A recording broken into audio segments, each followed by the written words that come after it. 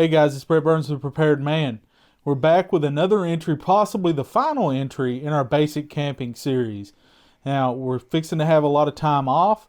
It's warm outside, the sun's shining, we're getting very close to that Easter weekend and leading into my spring break time. We're getting ready for a trip.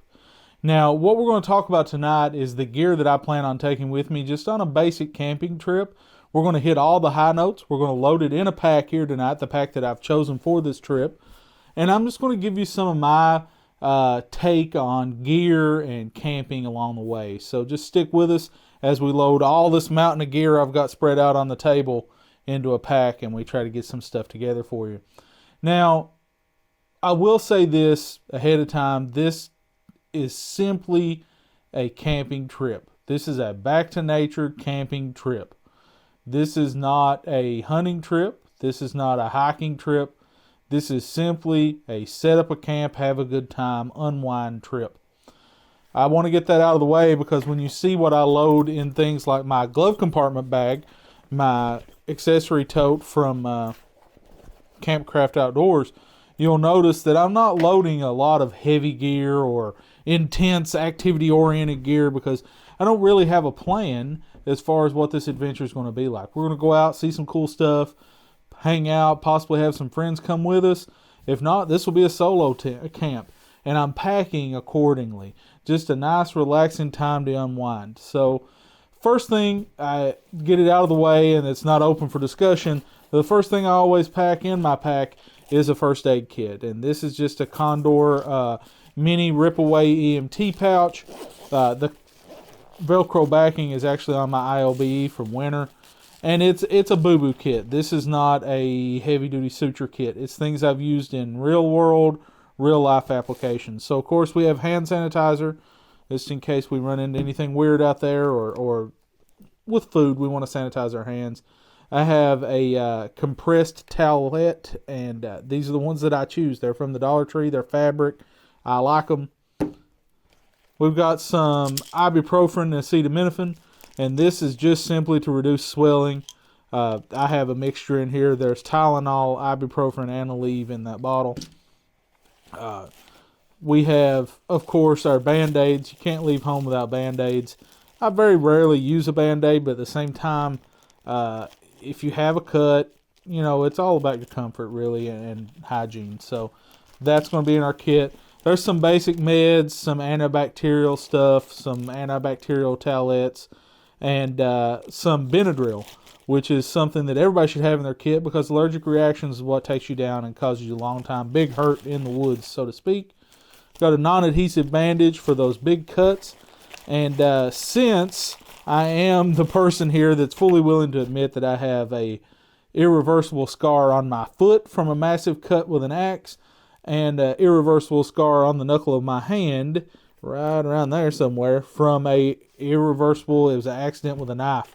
I carry this in all of my kits. This is Dermabond surgical adhesive. Super glue works. Yes, it does. It's brittle and it stings. It hurts. This stuff doesn't sting that bad and it stays closed for a couple of days, and I've used this in the past. We've got antibiotic cream, things like that, and just some personal care items also. And I won't dig through all this stuff. I just wanted to hit the high notes there on that, and I wanted to show that no, I am not carrying the most intense. I do not plan on giving myself stitches in the woods ever again. It's not something I plan on doing, but I'm also not Dolph Lundgren in the sewers of New York cauterizing a wound. I'm going to use some realistic gear here, and this is my little boo-boo kit that I use. It usually hangs right next to my shelter, and I'll hang it with a carabiner right out of the rain, or lay it in the forks of a tree or something like that, really close by where we plan on being, just in case we get hurt. Like I said, I have got hurt before. It's nice to have a little first aid kit. So first aid kit's going in the pack, and we're going to put all that stuff over here. Let me rearrange some other gear. First aid kit going in the pack. We've already picked our shelter for this trip. It will be the Tent Smith's 8x8 oilskin tarp. That's already set in stone. It's got the stakes rolled in it. It will live with my line kit that we always take with us, and that's nothing new. It's just the same line kit in a mesh bag. All that's going in the pack. We already know that. Brew kit. Brew kit has to go in the pack. There's got to be coffee or I'm not going. So in our brew kit, remember we've got a little fuel stove and a little fuel canister as well. That's great. Canister stove may or may not get used on this trip, but there you go. There's my little brew kit. It's springtime. It is muddy. I'm going to take a casualty blanket. It's just to block moisture, right? So that's going as well. In our sleeping gear, Climate Static V pad. Love that pad. It has a repair kit actually on the inside of its pouch. It comes with it. And I carry a repair kit as well. So that's going. Another little product that I purchased back in the winter and I'm going to try out is the Climate X pillow. I'm getting old and I'm telling you, I don't like laying flat on the ground. I like a pillow. So Climate X pillow is going with me. It's nice and light and I'm hoping I don't lose it. It is just the right size for me to lose somewhere in the woods. So that's going with me as well. Number 36 bank line will join our cordage. Number 36 bank line always goes with me, so that's nothing new. Be taking that as well. Of course, for our insulation, I'll be taking a Whoopee, and I'll probably break out the Ozark Trails mummy bag as well. It's back here behind the set in storage, but just a Whoopee, and I'll be dressed similar to how I am now, jeans or some type of heavier pants with a flannel shirt, an undershirt, a t-shirt, or something like that. That's typically how I dress in the woods, so it's good enough for our forefathers. It's good enough for me. That'll work right away. As far as tool selection is at a bare minimum. In my cooking kit, I'll be carrying my flat grind LT Wright Coyote. I'll be carrying a Laplander folding saw, and that will be actually going in my handy dandy accessory tote. That goes in the glove compartment. I'll also be carrying this small Holtzbrucks hatchet as well. And I like to take a hatchet, drive stakes, first one thing and another. That's nothing new. Other things of note that I haven't mentioned or haven't showed you in previous videos is I am taking a titanium pack flat stove. It's of the Emberlit style, one of those types of stoves, but it is titanium. Always pieces of fat wood, even though it's springtime, you know, it can get cold at night. So we plan on harvesting fat wood off the land, but at the same time, we always take a little bit of stuff. Don't plan to fail, right? In our other accessory tote, and this is where my wallet and keys wind up at night, I will be taking my 1-inch Gorilla Tape. I'll be taking a flashlight that, this is the Yuko Lishi, and correct me if I'm wrong on that, light. It makes a nice little hanging lantern. Going to take it with me. Good little thing to have. We're also trying out some new gear, and then we're going to take this little rechargeable LED lantern that also acts as a battery pack. So we're going to try this out. I tried one out during a recent power outage. We had an ice storm. We were without power 5.5 days, almost 6 days, and we used one of these every day in the center of the room, and it was light enough that we could read by it and the baby could play and stuff like that. So I immediately ordered one that was a bigger battery capacity so I could charge some devices, because I am a content creator, so I have to charge camera batteries at nighttime. Only thing I've got against this one, it's USB micro. I wish it was USB-C, but there you have it. I'm going to be taking this. It's pretty cool. It's at full charge right now, of course. It's got a couple of hanging hooks. It has regular flashlight mode, high flashlight mode. Then it has a spotlight style setup, low lantern, and off. So it's going to be handy, I think, in the woods. We're going to see it's got magnets. It's got those 2 hooks as well. Got a USB in and a USB out on it. We're going to give this a try during that trip. So I'm going to put that in my bag as well. There's my inch roll of Gorilla Tape. Now, in addition, in these kits, guys, there's spare cigarette lighters. There's things of that nature. Of course, I'm taking my fire kit. And you've seen my fire kit so many times. Probably not want to break it out right now. It's flint and steel, birch bark, jute twine, a char cloth. It's got some wax discs in there. Different things of that nature. Little things that I've added, of course, is my locking Night Eyes carabiners. I love Night Eyes. I really need to get up with them pretty soon. And there's an S-beaner on my pack as well. I'll be taking a canvas food bag just for my odds and ends, my food. Right now, it looks like we're going to be having bacon and some potatoes and things like that.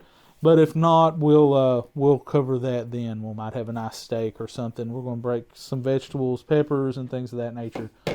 But guys, that's about it. For our water needs, we will be carrying a Nalgene. It may not be this one. It'll be something similar. If we take a tapered Nalgene, I may go ahead and throw a Stanley pot on that and rejigger my brew kit. But I thought we might really quickly just take a look at what this looks like going in a pack. So I have my pack selected. I'm going to be using the Alice pack, the USGI Alice pack. So let's get it over here up on the table. I'll restart the camera just so we can start from there, and I'll put a tag in from this. Before I move on, leave some comments below on gear you think I should be taking that I'm not taking. I'd really like to hear that, just suggestions of what my base loadout is. I'm pretty tuned to what I carry, but at the same time, I try to be flexible, and I'm always looking for those good hints. So if you've got something you haven't noticed me laying out on the table, just drop me a comment below and let's talk about it. Sound good? Let's go ahead and grab this Alice pack when we get it up here. We'll look at it really briefly because it's one of my favorite packs, and we'll load that bad boy. So here we are with the Alice pack. This is my Alice pack. I've carried this one for about 7 or 8 years now, and by no means is this a new pack. This is an actual USGI government issue Alice that's been Hellcat modded. So if I turn around here on the back, you'll notice it has the Molly 2 ruck straps and belt. Makes a nice big wide spot back there that we're going to talk about here in just a minute. And it's also got a paracord loop. It's got some Fastex buckles as part of the Hellcat mod. But I opted, instead of the MSS carrier, to put the shelf on. And this is the Alice shelf. And that will play an important factor in loading this pack as well. Now, when we read the USGI Alice pack instructions, it's really simple. It's a framed bucket ruck with some organization. Put the heavy stuff low and close to your back. So that's the plan. With that in mind, we're also loading our pack in such a way that the things that we need first will be on top in our pack. So that's the only exception. Before we get too far in depth, you'll notice I've stored my Night Eyes S-Beaner up here. That lock and carabiner is usually up there. And that's just a handy place to store stuff like clips. So inside, first things we're going to put in is the whoopee, because it is the very last thing that will come out of this pack. So it goes all the way down on the bottom. I'm not meticulous about how I fold that or strap that or retain that. I just stuff it in there. Next goes the Climate Static V. Put that in there because it doesn't come out till I get to camp. In goes the Climate X pillow, which I will probably lose. Very afraid I'm going to lose that sucker. My line kit will actually go in the top organization pocket, and I haven't cinched that down yet because that's going to change a little bit. First aid kit goes in there as well. And somebody playing at home right now is going, but what about your tarp? My tarp is actually going to go right in the bottom, right there, in this space between the shelf and the bottom of the ruck. So let's try to stuff that in there, and I'll show you what that looks like. I'll hold it up there and let the camera see it really quick, because I like to put my stuff in and then put it in, but I figure we'll stop first, put it in just so everybody's clear on how I do that. And this is something this is from experience, carrying this ruck as long as I have. I mean, shoot, I've carried one of these since the 90s, early 90s, late 80s, in elementary school, in high school. You know, this was the same style pack that I carried my Ninja Turtles to my grandmother's in, and it's the same pack now that I'm in the woods with. I even have my original Alice somewhere right now, and it's still trucking right along. I think it's right back here behind me in storage. So I'm just stuffing this in and making sure that my retention holds onto the pack itself, and I'm tying to the frame. I'm not tying to anything weird, because you don't want to get there and lose your shelter, or in my case, you don't want to get there and lose your $200 tarp somewhere in the woods that is brown and looks like a log. It's one of those things you'll regret in life, I've noticed. Now, this is all strapped in and ready to go. It's not going anywhere. You'll notice I just have those 2 leather stays. The shelf is supporting the weight, keeps it off of me. And we're ready to go back to loading our pack. This is the right side of my pack once I'm wearing it. Brew kit will go in. There goes my brew kit. On top of that will be my meager food supplies. That side I'm going to go ahead and snap down. I didn't put the Fastex on this side, and for the life of me, I don't have a good reason why not. I just didn't. Center pouch is strictly for tools in my experience. So what that means is I put my Laplander in there. I put my bank line in there. Where'd you go? There you are. And typically my line kit would get stuffed in there, but I'm going to leave that open in case I have some additional camera gear that needs to go in there, because I am making content while I'm doing this. Now on the left hand side, that's where I can put any other oddball tools or accessories, or in this case metal bottles that are going with us, so I have water before I get there. Now in my accessory tote I also carry a Sawyer Mini water filter. We carry Oasis water tabs. You know, I don't fool around. I don't plan on getting sick drinking dirty pond water while I've got perfectly good water at home. So, just a heads up, that is there. Hatchet's going to go right there in the pass-through pocket where the Gen 1 E-tool would have went. Open this bad boy up and put my pocket shot in there. That's my little slingshot device that I'm testing out to see if it's a viable option. So far, not real pleased with it. Just as the overall design, I feel like it doesn't protect the actual apparatus enough. That rubber's exposed on the back. So it'll go in my pouch. Pack flat pouch goes inside. Light will go in that top pocket. Other light with 2 candles, and my candle lantern will go in that pocket. That's all good. This string plays a different role. We'll talk about that in a minute. Glove compartment will go on top, and that leaves room for my haversack, of course, and my camera gear. And I think I can fit a couple of cameras and a good microphone in there so I can talk to you guys. In my top flap, I'll always have a battery pack. That piece of cordage, which is reserved strictly to tie all of this to a tree somewhere so I can work at standing height. We snap that down, and we're going to loosen this one up and get it under that hatchet. That's another voice of experience. You don't want to go grabbing for that hatchet and not be able to get it out because you've strapped over top of it. That goes in. We want to tidy these 2 stays. I would roll them down and put them on keepers. Tonight we're just going to pass them through here, and they'll ride right there. But typically I'll have stays on those. Long-term bags, I've seen people put electrical tape on them. The problem is I've also been in surplus shops and found them with electrical tape still on them, so I don't like electrical tape. Now, we still have this little pocket in the back where the belt goes, and that's where this casualty blanket's going to go. And I usually put it back here with a single elastic stay on it. It's not going anywhere, but I'll put something on it to tie it down, because you never know when you have to stop in the middle of the mud. And that, guys, is my pack loaded, ready for our adventure. Now, the Alice pack is versatile enough that I can carry it 3 seasons. I will carry this all the way into early winter without much regret.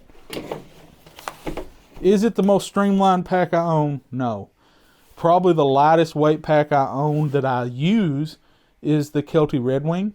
I really like the Kelty Red Wing, but the Alice pack seems to get the job done most of the time.